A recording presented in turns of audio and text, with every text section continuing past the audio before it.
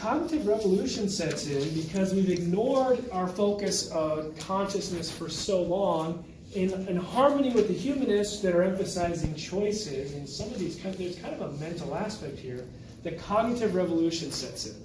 What happened was they had mice that were running a maze, and if you have, kind of a maze, and here's the food here, and so they have to go this way to get to the food, and there's a door here, door here, door here, and there's these little passageways here, something like this. And there's all sorts of passageways for them to go.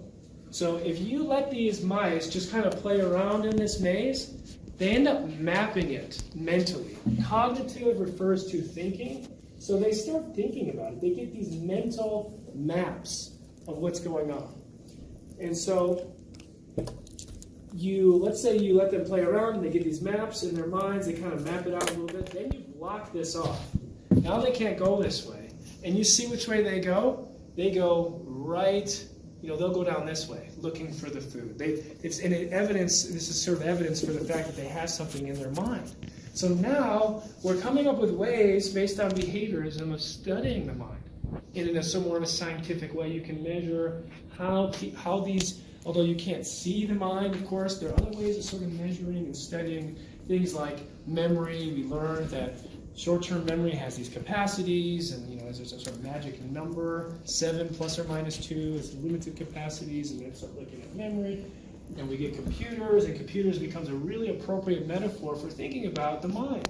That we have input, and we sort of store it in terms of short-term storage, and then long-term storage, and there's recall and outputs. And so these are all things that have helped us understand the mind and turn our emphasis back to the original focus of psychology, which is the mind and consciousness. Positive psychology builds off of the work of Abraham Maslow and some humanists, makes it a little bit more research-oriented, a little more scientific. Martin Seligman favors prominently here and others.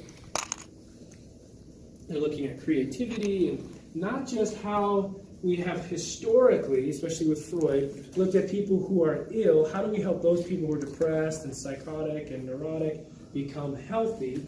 How do we help healthy people become great? This is a separate thing. There's an area of research that positive psychology really developed in terms of gratitude and meaning making and all sorts of wonderful things. And I have been influenced by a lot of that research myself. I like that stuff.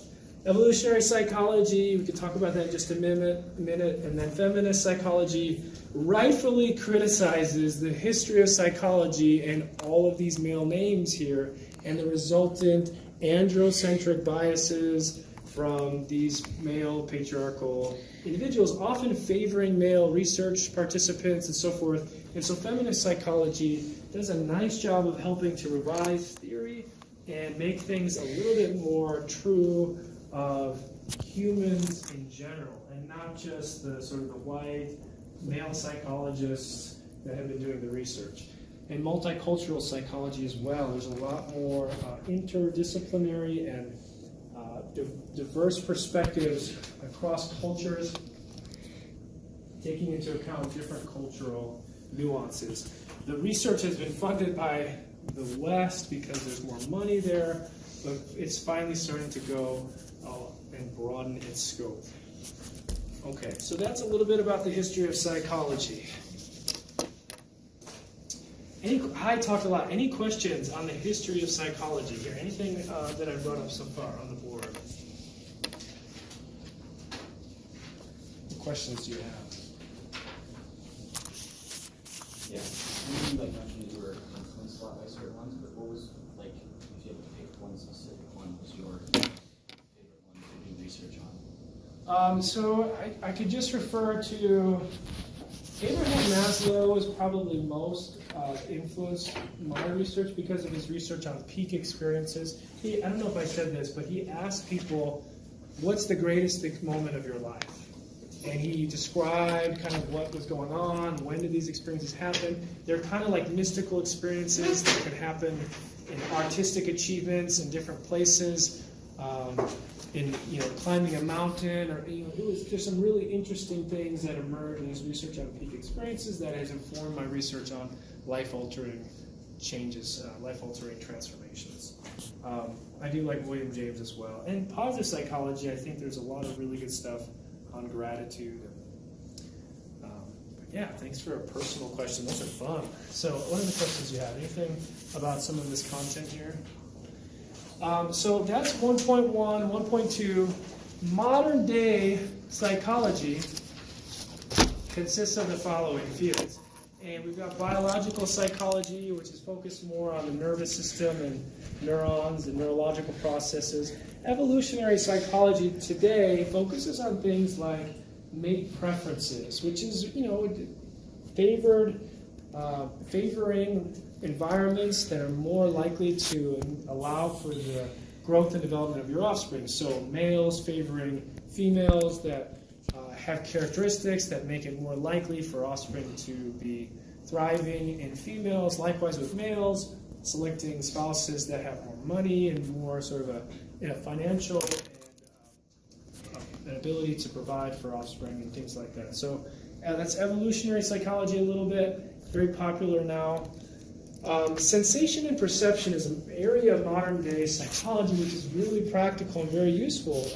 Psychologists working in this area today would be called human factors psychologists. And they might be involved in designing technology or software or something to be optimized based on how the eyes work and how our bodies work and the different sensory experiences we have.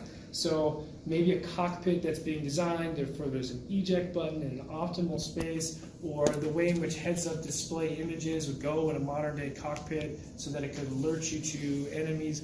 I mean, there's a tremendous financial benefit if you're working in this area. I mean, if you can apply psychology to the technological advances and the design of products, if you do decide to go that route, let me know. I'll write you a letter of recommendation because I would love to see you making a lot of money and successful.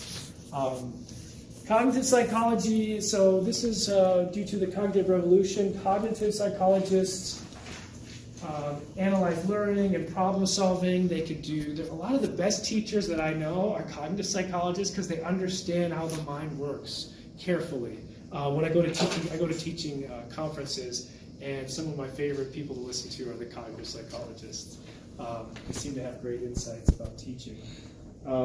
Developmental psychologists focus on children and different developmental periods. There's a huge demand in contemporary life for geriatric psychology. If you go to O-Net, Occupational Net, so O*Net or Occupational Net, this is a federally funded database where tons of jobs are listed and there are various outlooks in terms of the growth projected or decrease in the field. The salaries are there. This is a great place to go to sort of get a sense of the different areas that you could work. I'm going to call attention to just one more. So there's different areas of psychology where you can get jobs, but this one you may not know about. Industrial organizational psychology is basically social psychology, understanding groups and group processes, but applying it to the production of labor, the production of materials, processes within organizations, so you could be a consultant and work in businesses and make an awful lot of money as an IO psychologist. So I just mentioned that because you might not know that field. Health psychology, looking at stress and different kinds of things here. Psychoneuroimmunology is kind of what we were talking about, where stress and emotions and psychology affect the immune system. Sports psychologists are growing in number, and there's more programs in graduate school for sports psychology now, where you can do visual imagery and motivation and look at sleep and team dynamics, obedience to authority and coach, and different kinds of performances, motivations. Clinical psychology is what you thought psychology was, so dealing with anxiety and depression and various forms of psychological disorder, providing therapy, doing assessment. A lot of individuals are employed in this area. Forensic psychology you may not have heard of, but this is where you specialize in the place where psychology meets the legal system. looking at whether or not individuals are competent to stand trial, looking at jury selection, which lawyers will pay you lots of money to make predictions about certain kinds of individuals and whether or not they should be on the jury or not to provide a favorable outcome. But really, really good stuff here. Lastly, the benefits of a psychological class or a major, in my mind, are that you can become a better critical thinker.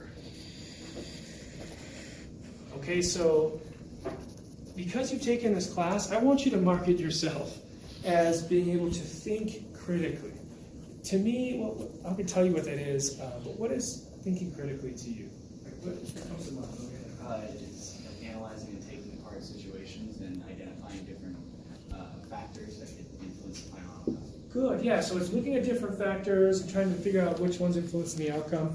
But I like how you emphasize the different perspectives. To me, it's that, but it's predominantly, or perhaps the main asset, is evaluating the merits of these different views, right? So the boss may say, we're going to go this way, and then trying to analyze it in those ways you described, and then looking at another perspective and saying, what is the relative merit or value, and really what does the evidence suggest about this approach versus this approach?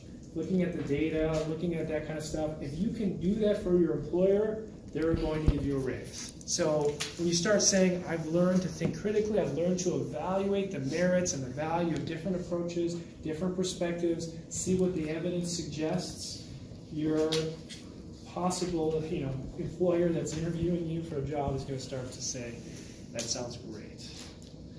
Sign her up. Okay? That's one thing, critical thinking, and then this little chapter also talks about communication skills. Psychology majors tend to have interpersonal skills that lend themselves well to a range of vocations because it has to do with communication, appreciating others in interpersonal ways, and so there's diversity, appreciation of diverse perspectives, and so forth. So if I just scroll down to this last page here, it shows you some of the areas that people with a bachelor's in psychology tend to get hired in these areas because of these skills, critical thinking, interpersonal skills, diversity, working with people, so management, sales, and human resources, insurance, real estate, all of these things really lend themselves well to a psychology student.